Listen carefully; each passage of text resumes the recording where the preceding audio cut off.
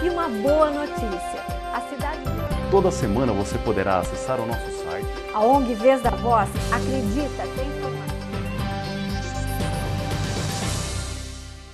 Olá, eu sou Sara Bentes e aqui ao meu lado está a intérprete Rafaela 60. Está no ar o Telelibras.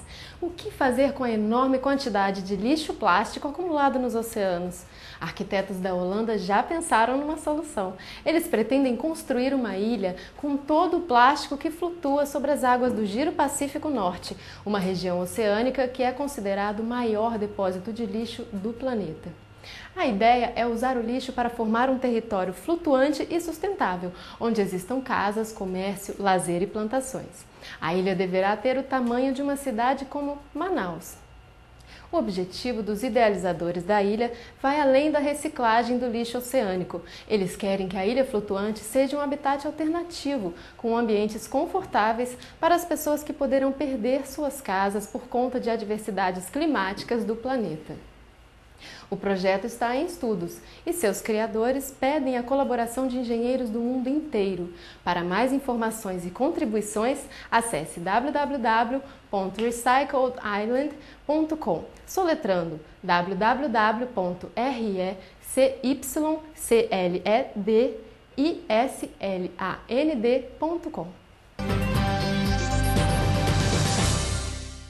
Em julho foi sancionada uma lei que concede indenização por dano moral às pessoas com deficiência física decorrente do uso da talidomida. O valor da indenização é de 50 mil a 400 mil reais. Os pagamentos serão feitos pelo INSS após uma perícia médica realizada por esse mesmo órgão. A talidomida é um medicamento que foi inicialmente usado como sedativo, mas que no fim da década de 50, quando usado por gestantes e para o controle de náuseas, provocou milhares de casos de focomelia, uma síndrome caracterizada pela aproximação ou encurtamento dos membros junto ao tronco do feto. Quando esse efeito foi descoberto em 1961, o medicamento foi imediatamente retirado do mercado mundial, mas no Brasil isso só aconteceu em 1976. A Organização Mundial da Saúde estima em 1.000 o número de brasileiros vítimas da talidomida. Hoje ela é utilizada de forma controlada para o tratamento de doenças como AIDS, lúpus e alguns tipos de câncer. O site talidomida.org.br traz mais informações. A Câmara Municipal de Manaus aprovou, no início de agosto, um projeto de lei que reconhece o autismo como deficiência. O reconhecimento serve para que os autistas possam usufruir os direitos assegurados pela lei orgânica do município. Com o reconhecimento, a proposta para a construção de um centro de atenção integrada às crianças autistas também deve ser encaminhada ao prefeito de Manaus. O autismo é uma deficiência que afeta a capacidade da pessoa se comunicar e interagir com os outros. Facilmente confundido com deficiência intelectual, o autismo costuma aparecer nos primeiros 3 anos de vida e afeta pessoas de maneiras diferentes e em diferentes graus. As causas deste transtorno de desenvolvimento ainda não foram descobertas.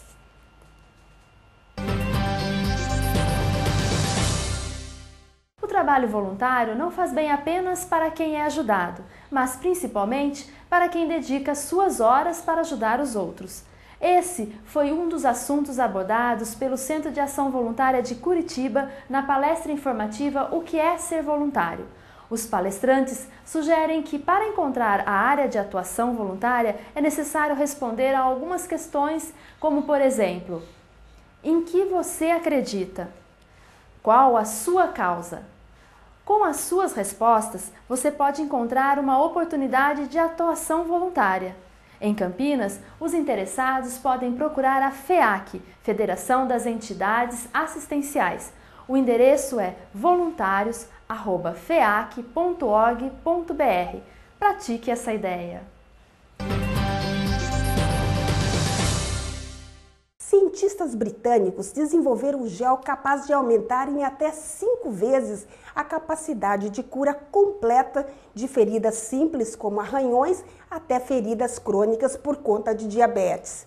O medicamento foi testado em 100 pessoas e, de acordo com os especialistas liderados da Universidade de London, o gel é eficiente para o tratamento de feridas crônicas. Durante inflamações em feridas graves, uma proteína em excesso no organismo impede a cicatrização. O gel age justamente na diminuição dos índices dessa proteína, fazendo com que as células se movam mais rápido à região lesada. Com a consistência de pasta de dente, o gel é desenvolvido através de pedaços do DNA, responsáveis pela inibição da proteína. Após 4 semanas de aplicação do gel, o número de pacientes com recuperação completa era 5 vezes maior em comparação com o grupo de controle, não medicado com a substância. Em média, este tipo de lesão leva 6 meses para sarar e as ulcerações surgem novamente em 60% dos casos. Olá, estamos aqui em Budas Artes para falar com a Lilian Cury. Lilian, você fez um trabalho sobre o mundo do trabalho e a pessoa com deficiência. Você poderia nos falar um pouco? Olha, é muito bom estar aqui. Esse evento que a gente está junto aqui, né, vai ajudar muito também na questão da inclusão da pessoa com deficiência no mercado de trabalho, porque a educação, a parte de escolaridade é muito cobrada das pessoas com deficiência, assim como de qualquer outra pessoa, quando ela vai ser admitida numa empresa. E tendo essa faculdade inclusiva, incentivando essa questão da educação para todos desde a infância, é perfeito. E eu sempre trabalhei com psicologia do trabalho, né, com RH. E eu me tornei uma pessoa com deficiência em 2000, em fevereiro de 2000.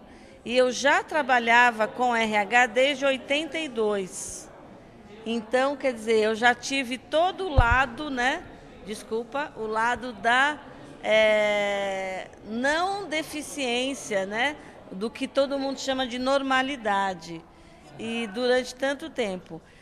E aí, a partir de 2000, eu vivi a minha própria inclusão.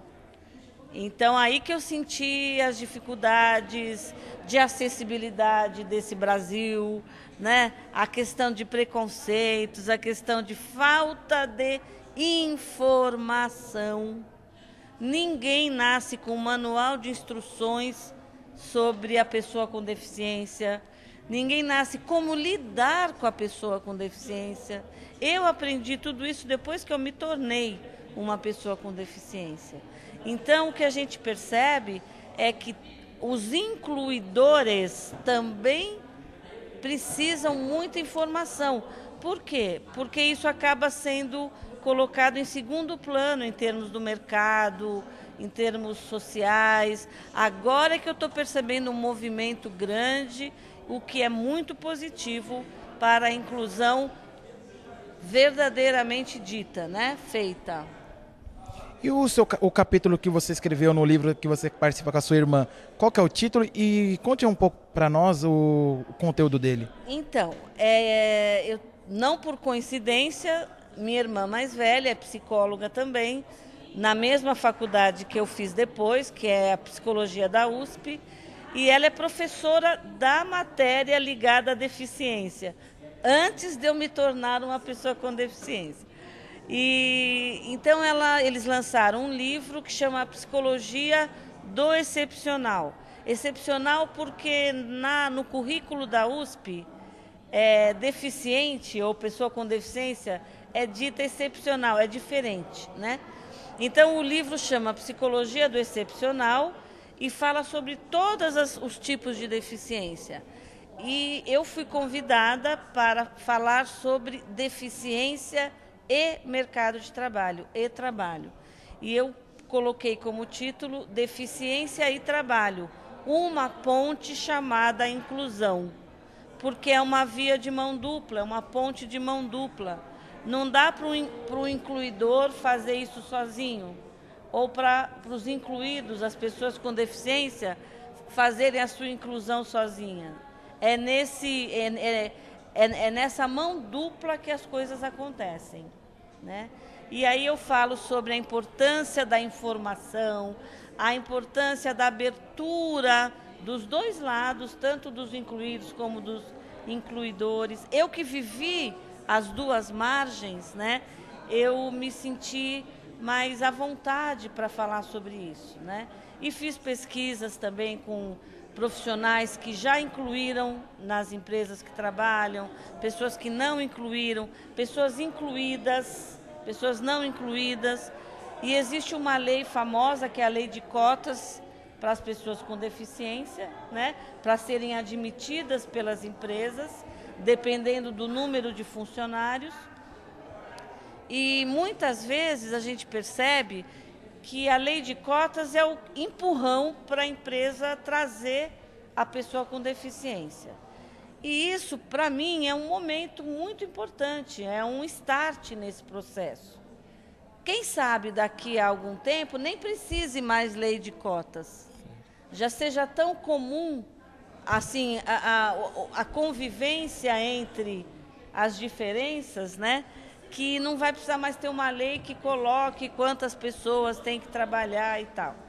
E o que eu percebo é que, às vezes, as pessoas querem cumprir a cota, mas elas desconhecem o ganho que é para a empresa ter pessoas com deficiência no seu mercado, no seu quadro de funcionários. Então, a gente leva exemplos concretos, a gente mostra como é positivo, né? Que não é só um favor que a empresa está fazendo, ou não é só cumprir a cota. E nem para a pessoa com deficiência. Você não está lá porque você é uma pessoa com deficiência. Você tem que trabalhar, tem que aprender, tem que cumprir as metas. É como se a pessoa, o único detalhe é que ela não enxerga. Por exemplo, eu não enxergo. Agora, tem muita coisa que a gente pode fazer. Os auditivos, os visuais, os físicos, os intelectuais, todos têm muita funcionalidade e não incapacidade. Perfeito, Lília. Muito obrigado. Vamos nessa, não vamos deixar nunca essa ideia e muito mais, essa ação da inclusão cair. Porque inclusão não é integração. Inclusão é uma mudança dos dois lados. E essa mudança vai longe. Perfeito. Muito obrigado. Eu que agradeço. Elisângelo Santos, com a intérprete de Libra, Rafaela 60.